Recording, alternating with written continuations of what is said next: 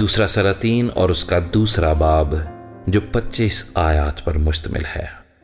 اور جب خداوند ایلیا کو بگولے میں آسمان پر اٹھا لینے کو تھا تو ایسا ہوا کہ ایلیا الیشا کو ساتھ لے کر جلجال سے چلا، اور ایلیا نے الیشا سے کہا تو ذرا یہیں ٹھہر جا، اس لیے کہ خداوند نے مجھے بیت ایل کو بھیجا ہے۔ الیشا نے کہا خداوند کی حیات کی قسم اور تیری جان کی سوگند، میں تجھے نہیں چھوڑوں گا۔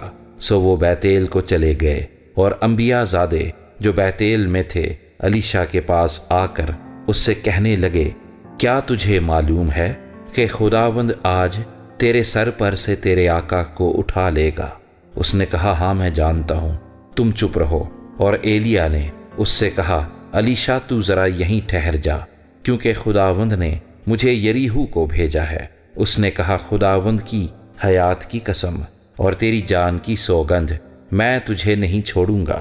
سو وہ یریہو میں آئے، اور انبیاء زادے جو یریہو میں تھے الیشا کے پاس آ کر اس سے کہنے لگے کیا تجھے معلوم ہے کہ خداوند آج تیرے آقا کو تیرے سر پر سے اٹھا لے گا؟ اس نے کہا ہاں میں جانتا ہوں، تم چپ رہو۔ اور ایلیا نے اس سے کہا تو ذرا یہیں ٹھہر جا، کیونکہ خداوند نے مجھ کو یردن کو بھیجا ہے۔ اس نے کہا خداوند کی حیات کی قسم اور تیری جان کی سوگند، میں تجھے نہیں چھوڑوں گا۔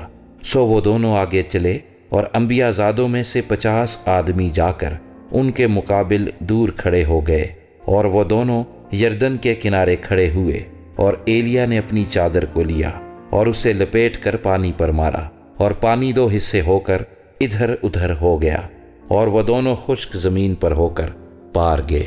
اور جب وہ پار ہو گئے تو ایلیا نے الیشا سے کہا کہ اس سے پیشتر کہ میں تجھ سے لے لیا جاؤں، بتا کہ میں تیرے لیے کیا کروں؟ الیشا نے کہا میں تیری منت کرتا ہوں کہ تیری روح کا دونا حصہ مجھ پر ہو۔ اس نے کہا تو نے مشکل سوال کیا، تو بھی اگر تو مجھے اپنے سے جدا ہوتے دیکھے تو تیرے لیے ایسا ہی ہوگا، اور اگر نہیں تو ایسا نہ ہوگا۔ اور وہ آگے چلتے اور باتیں کرتے جاتے تھے کہ دیکھو ایک آتشی رتھ اور آتشی گھوڑوں نے ان دونوں کو جدا کر دیا، اور ایلیا بگولے میں آسمان پر چلا گیا۔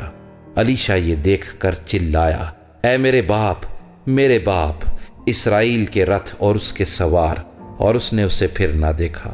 سو اس نے اپنے کپڑوں کو پکڑ کر پھاڑ ڈالا اور 2 حصے کر دیا، اور اس نے ایلیا کی چادر کو بھی جو اس پر سے گر پڑی تھی اٹھا لیا، اور الٹا پھرا اور یردن کے کنارے کھڑا ہوا، اور اس نے ایلیا کی چادر کو جو اس پر سے گر پڑی تھی لے کر پانی پر مارا، اور کہا کہ خداوند ایلیا کا خدا کہاں ہے؟ اور جب اس نے بھی پانی پر مارا تو وہ ادھر ادھر 2 حصے ہو گیا، اور الیشا پار ہوا۔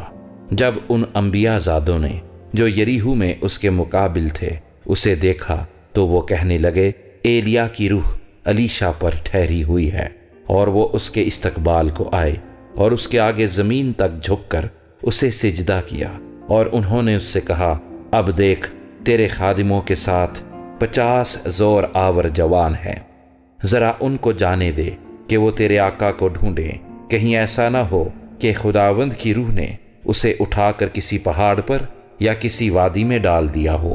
اس نے کہا مت بھیجو۔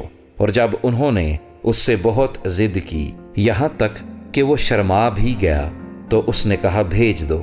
اس لیے انہوں نے 50 آدمیوں کو بھیجا، اور انہوں نے 3 دن تک ڈھونڈا پر اسے نہ پایا، اور وہ ہنوز یریہو میں ٹھہرا ہوا تھا۔ جب وہ اس کے پاس لوٹے تب اس نے ان سے کہا کیا میں نے تم سے نہ کہا تھا کہ نہ جاؤ؟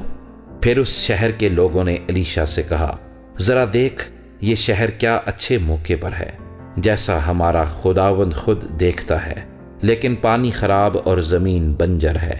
اس نے کہا مجھے ایک نیا پیالہ لا دو اور اس میں نمک ڈال دو۔ وہ اسے اس کے پاس لے آئے، اور وہ نکل کر پانی کے چشمے پر گیا، اور وہ نمک اس میں ڈال کر کہنے لگا خداوند یوں فرماتا ہے کہ میں نے اس پانی کو ٹھیک کر دیا ہے، اب آگے کو اس سے موت یا بنجر پن نہ ہوگا۔ سو الیشا کے کلام کے مطابق جو اس نے فرمایا وہ پانی آج تک ٹھیک ہے۔ اور وہاں سے وہ بیت ایل کو چلا، اور جب وہ راہ میں جا رہا تھا تو اس شہر کے چھوٹے لڑکے نکلے اور اسے چڑھا کر کہنے لگے، چڑھا چلا جا اے گنجے سر والے، چڑھا چلا جا اے گنجے سر والے۔ اور اس نے اپنے پیچھے نظر کی اور ان کو دیکھا اور خداوند کا نام لے کر ان پر لعنت کی۔ سو بن میں سے 2 ریچھنیاں نکلی اور انہوں نے ان میں سے 42 بچے پھاڑ ڈالے۔ وہاں سے وہ کوہ کرمل کو گیا اور پھر وہاں سے سامریا کو لوٹ آیا۔